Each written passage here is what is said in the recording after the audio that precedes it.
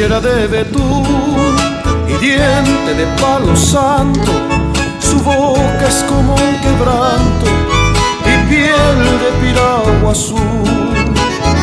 Lamento Dorutaú, su voz es como una grulla, del río trae la leyenda de algún perdido pacú. Pescado del río Bravo, canoero, canoero, nacido entre los sausales, a orillitas del Paraná.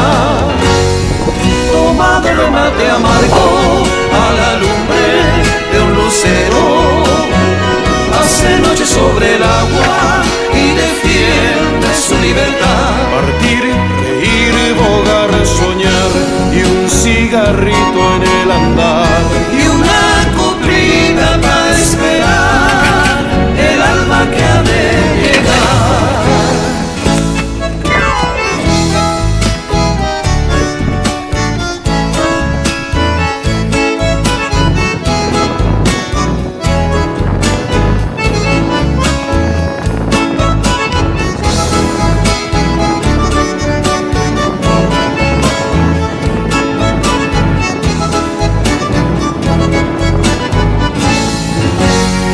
Lamento Dorutaú, su voz es como una grulla, del río trae la leyenda de algún perdido pacú. Pescado en el río Bravo, canoero, canoero, nacido entre los sausales, a orillitas del Paraná.